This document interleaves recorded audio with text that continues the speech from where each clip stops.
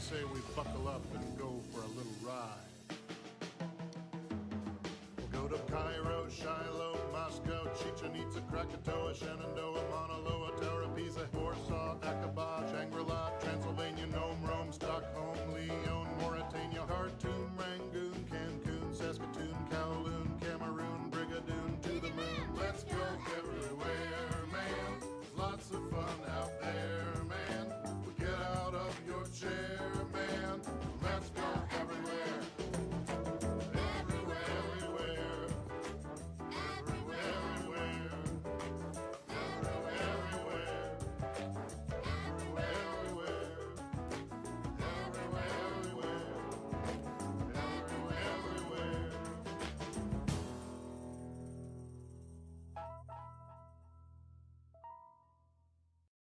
Today we will give you a glimpse into the organizational structure and culture at Google, a company that is expanding its customer outreach and hopes to become everything to everyone, everywhere. During today's presentation, you will hear from each member of Team 4, Seth Brink, Mary Angel Babel, Anthony Kent, Ken Andrade, and Lisa Hadway.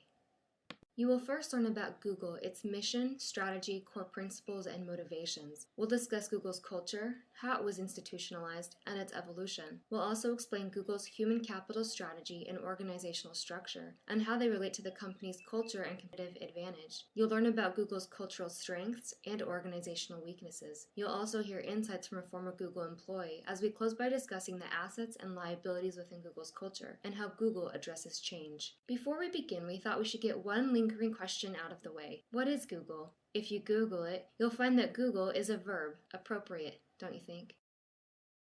Hello, this is Seth, and I will be talking to you about Google's mission and strategy, as well as core principles and motivation. Google's mission is to organize the world's information and make it universally accessible and useful. Larry Page once described the perfect search engine as something that understands exactly what you mean and gives back exactly what you want. Since he spoke those words, Google has grown to offer products well beyond search, but the spirit of what he said remains the same. With all of Google's technologies, their goal is to make it as easy as possible for you to find the information you need in order to get things you need to do done. When Google was founded in 1998, their strategy was broken into two parts: for users, to produce relevant advertising as good as the main content or search results, and for advertisers, to provide tools to target and tune their advertising and accurately measure the results of their spending. However, today Google does not have an explicitly stated strategy. This is in part due to constant adaptation and innovation. One current Google strategy theory is to have no business strategy. This has allowed Google to be innovative and flexible. In the past, it has produced successful ventures like Gmail, but it has also produced failures, such as Google Checkout, which was intended to compete with PayPal. It will be interesting to see what happens with Google Glass, which was launched in 2012 as basically a smartphone in a pair of glasses and was intended to increase mobility and user-friendliness. Another current strategy theory is to be everything to everyone. As suggested in the opening YouTube video, Google is definitely pushing to be the global begin and end for users and advertisers. They are doing this by breaking into markets where they were not yet a force. For example, in 2008, Google expanded into the mobile market with the development of the Android operating system. In 2010, they acquired ITA Software to break into airfare and travel management. And now in 2012, the hardware market with the purchase of Motorola. Whatever their specific strategy may be, they are definitely continuing to push the envelope with technological innovation, whether it be improving upon their search engine or entering into new industries and markets. Google states its core principles as 10 things we know to be true. They first wrote these 10 things when Google was just a few years old, and from time to time revisit them to make sure they still hold true. To name a few, Google's number one principle is focus on the user and all else will follow. Google's focus is on creating the best user experience. They strive to ensure that all new designs ultimately serve you, the user, rather than Google's own bottom line or goal. Another core principle is you don't need to be at your desk to need an answer. Google knows that the world is increasingly mobile and people want access to information wherever they are, whenever they need it. They are regularly pioneering new technologies and new solutions for mobile services that help people do any number of tasks, from checking email and calendar events to watching video. Another principle states you can be serious without a suit. Google founders built Google around the idea that work should be challenged, and the challenge should be fun. With that in mind, they created and continue to support a casual atmosphere with facilitating the emergence of new ideas. And finally, great just isn't good enough. Google sees being great as something as a starting point, not an end point. They set goals they know they can't reach yet because they know that by stretching to meet them, they can get further than they expected. They constantly try to anticipate the needs not yet articulated by global audiences and meet them with products and services that set new standards.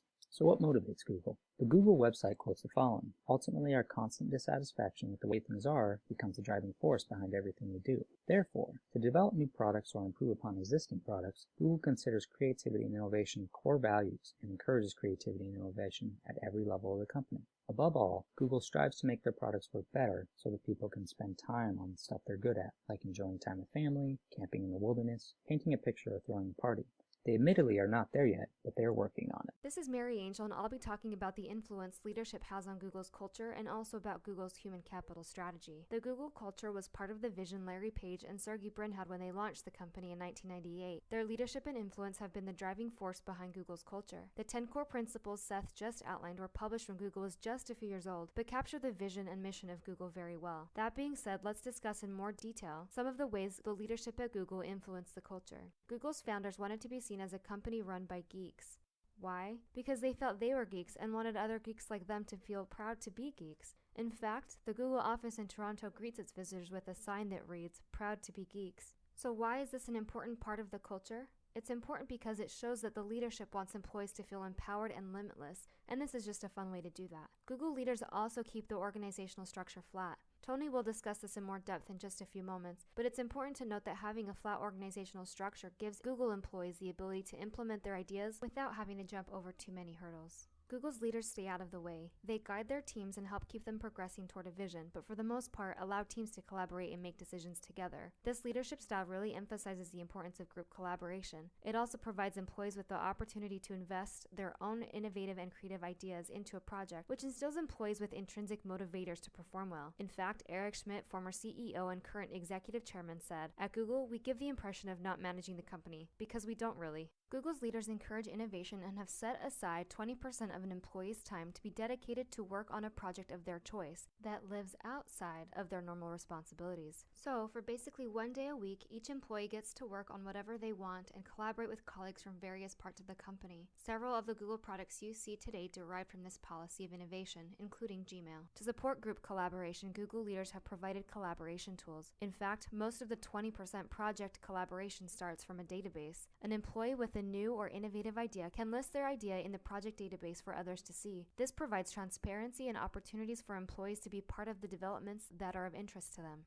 Google leaders believe that having focused employees is important, so they've helped eliminate distractions. Google employees don't need to be distracted by things like finding a place to park because there's valet parking available. If your babysitter flakes, no problem. Google has backup childcare for you, or you can just always use the off-site childcare facility they provide. A sleepy employee is an unfocused employee, so Google provides napping pods as seen in this picture. These are just a few ways that Google leaders influence the culture at Google. With a unique culture supported and fostered by its leaders, Google has attracted many employees. Let's talk about Google's human capital strategy. Google views its employees or human capital as one of its most valued and important assets. That's why Google is so choosy with who it hires. In fact, Google reported getting over 75,000 resumes in 1 week in February of 2011. Because it gets so many resumes and Google wants to hire the best person for the job, it weeds through the resumes using an algorithm. Although Google doesn't publicly share the details behind its algorithms, we do know that resumes are screened for things like GPA, university attended, and work experience. Google even has a really big recruiting budget and has recruiters host pre-interview interviews, and only the candidates that stand out are interviewed, and interviewed many times, even upwards of 16 times. The questions asked during the interviews are tough. Listed on this slide are some past interview questions. These difficult questions are asked as a means to test a candidate's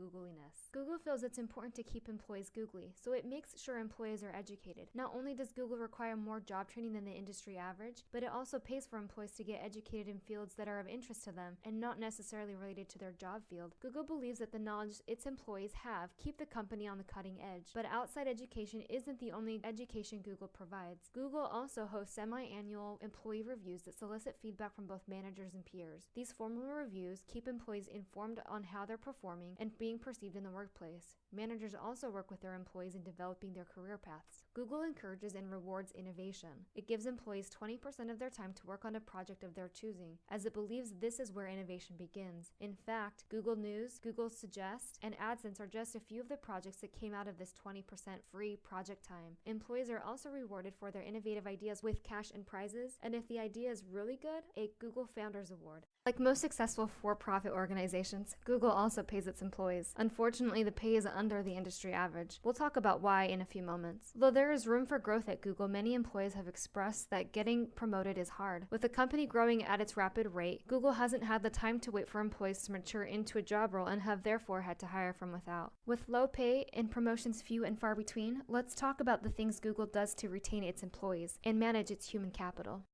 Knows its most valuable asset is its employees. It does a lot to retain them. Google is known for its "I bet you don't have that where you work" benefits. I mentioned a few earlier, but others include flexible work hours, casual dress every day, employees can bring their dog to work, on-site medical and dental care, free meals, on-site gym, bowling, and other games and recreation, a no tracking of sick days policy, a 5-month full-time pay maternity leave, plus Google will provide meals for the family for the first 4 weeks. The maternity leave policy was recently amped as an effort to address the attrition rate among new mothers and is evidence of Google's evolving culture. Google's employee retention rate is really high, especially considering the median age of a Google employee is 27, which is the Y generation cyber generation professionals who are prone to change their affiliations quicker than they change their clothes. This is Tony, and I'll be talking about Google's organizational structure and culture as a competitive advantage. Google's organizational chart looked pretty typical prior to Larry Page returning to the CEO position in 2011. There was a triumvirate of Schmidt, Page, and Brin at the top, and a host of senior executives 1 or 2 levels below them. However,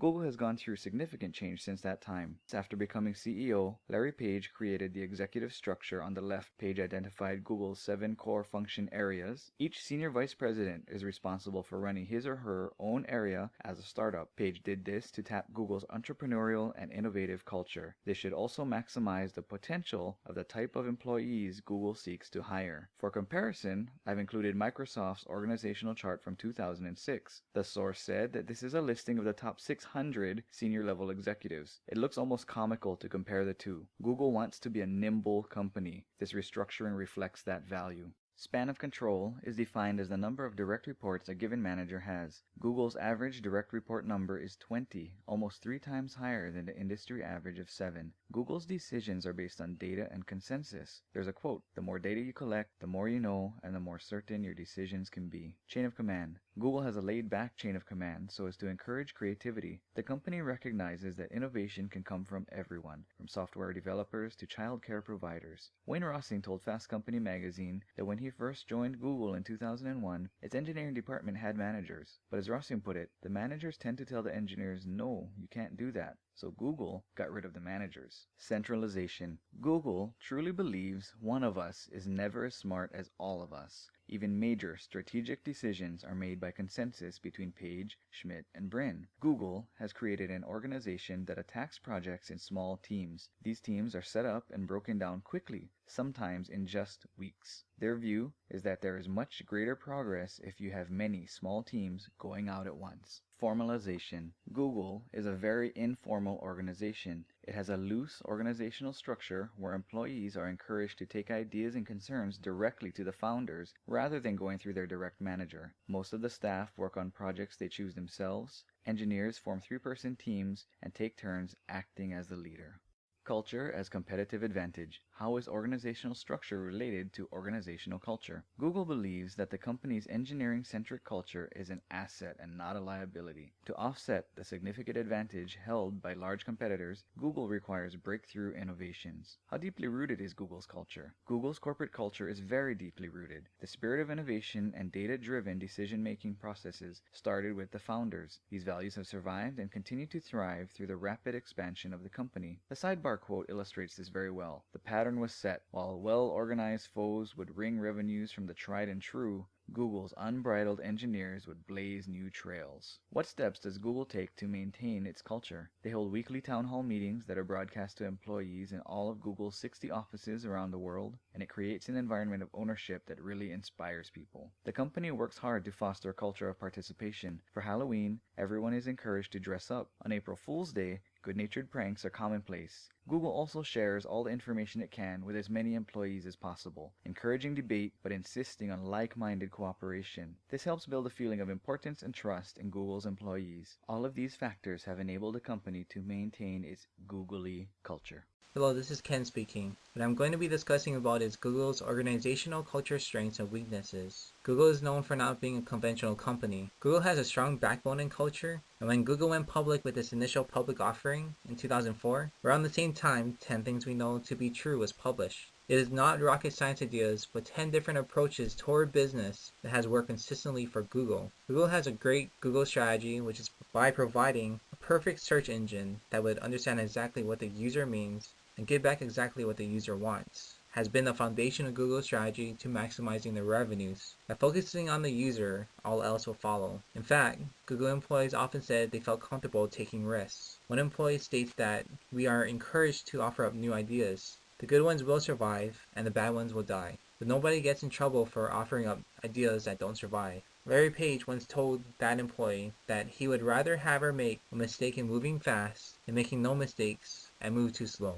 By making mistakes, employees can learn and do their tasks better next time. Processes that once took 5 minutes when Google first started, over time, Google was able to do those tasks in 5 seconds. The performance reviews at Google are impressive, with not just management giving feedback, but also by their peers as well. By having peers involved with feedback for performance reviews, it helps the employee being reviewed by understanding the big picture. This philosophy drives their actions. Because Google encourages innovation, many employees do their best to avoid bureaucratic environment, even due to personnel growth in the company. Every quarter, employees would address concerns that seem bureaucratic and slow things down. The meetings are called Avoiding Dilbertville, in relation to a Silicon Valley engineer comic strip who did not seem to get much done. Each of these concerns would be commented and rated on a scale from Dilberty to Googly. Employees then took action steps to help solve their Dilberty problems. Google has ranked number 1 for 3 years within the past 6 years as the number 1 company to work for from Fortune magazine. Fortune magazine ranks companies based on a number of criteria. It is mainly based on surveys on staff satisfaction. Employees spend a lot of time coordinating with other functions. Typically, as Google becomes a larger company with more employees, more communication is required. For some new employees, it may be difficult to adjust to Google's collaborative communication style, where before they may have been allowed to make decisions on their own. This decision-making model breaks down when people are not collaborative. Someone who is very opinionated has a hard time working at Google and may become frustrated. Google encourages employees to spend 20% of their time on anything they want. Some of the greatest things came out of 20% time, which is Gmail and Google News. However, sometimes management would say that part of the challenge of 20% time is getting employees to share their discoveries. Sometimes employees can hold the best ideas for themselves, not believing their company is the best place to bring the new ideas to life. Because engineers are given 20% time to come up with new projects, it also means that multiple people may be working on the same thing. When the first firm measured online traffic in 2006, Google had just under 500 million unique visitors, and Microsoft was the most popular web destination at the time with 539 million hits. As of last year, Google has achieved attaining over 1 billion unique visitors per month to its web, with Microsoft at second with 905 million visitors, and Facebook with 714 million visitors every month. As of June 2012, Google's market share for a search engine is a strong 66.8% market share, with Bing at second place at 15.6%, and 13% for Yahoo. Google acquired Android Inc. on August 17, 2005 in hopes to enter the mobile market. Google wanted its search and applications on mobile phones and was working hard to deliver that. In 2008, Google entered the mobile market by offering the public Android smartphones and tablet computers. The first Android Power phone was sold in October 2008, and by the end of 2010, Android had become the world's leading smartphone platform. Android has a 59% worldwide market share as of the beginning of 2012. As of September 5, 2012, Android has a 52% US market share, and as of third quarter 2012, there were 500 million devices activated and 1.3 million activations per day, which continually gives Google exposure to the market. This is Lisa from Team 4. Our team was really fortunate to be able to interview an actual Google employee that lives here in Hawaii. Tracy Ho Kim worked at Google from 2008 to 2010. She worked in the California office, the New York office, and went to Japan as well. So she was really able to give us an insider's view of many of the things we had actually been reading about. So some of her comments will be shared about Google's overall culture and the changes they were facing at the time she was there. When you look at change in organizational culture, you have to consider whether it's an asset, a liability, or both. In the case of Google, we think it's a bit of both. Google's culture is extremely strong, and whether you're in the New York office, in California, or somewhere else in the world, you definitely know you're part of the Google team when you're an employee there. This culture creates a whole tone of togetherness. Now, there's a lot of cost to this culture. The free childcare, the free food, the massages, all of this really started getting questioned in 2008. Google recognized they wanted to offer these kinds of perks to their employees, but there was a certain level of extravagance that was being offered early on that got pulled back. And literally, yes, they did used to offer lobster for free regularly, and that got pulled back between 2008 and 2010. Now, on a different level, when you look at the organizational culture of Google, a really important aspect to them was freedom of information. So when they made a move into China in 2006 and 2007, there was a lot of criticism because that move required censorship by the Chinese government. Google executives really struggled with this choice, but in the end they decided to make the move there because they felt they could invest in China and inflict change from within the system and hopefully offer people a much better product than what they had previously.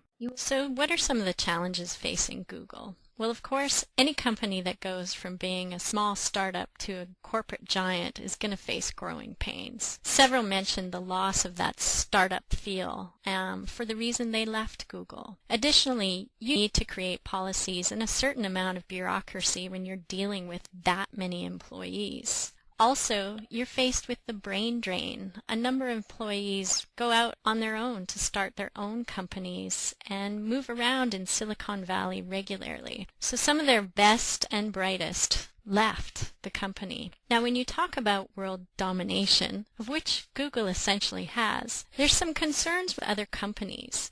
Many companies are dependent on Google to get them up and running, but on the other hand, Google will then turn around and create a product that may directly compete with those entities. So this quote came up in a paper, "Eat what the monkey eats and then eat the monkey." Google wields extraordinary power. Just the mention of them thinking about getting into the navigation market essentially sent Garmin GPS stocks plummeting. So there's a lot of potential for regulatory intervention and some question as to whether they are becoming too big, too powerful, and may even be considered a monopoly in some markets. As we all know, the tech industry and the internet is constantly changing, and we never know what's around the corner. But Google is always trying to stay ahead of the game by hiring the best and the brightest and staying nimble.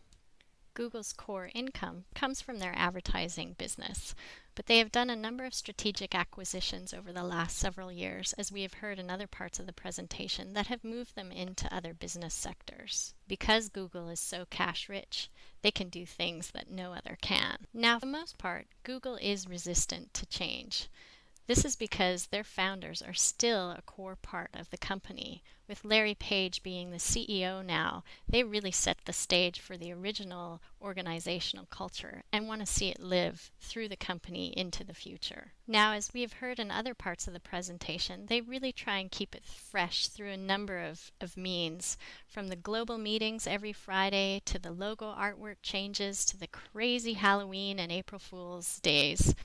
The continued autonomy is also extremely important to the company, and Google really beats out its Wall Street criticism by constantly exceeding expectations, and they truly are a phenomenon.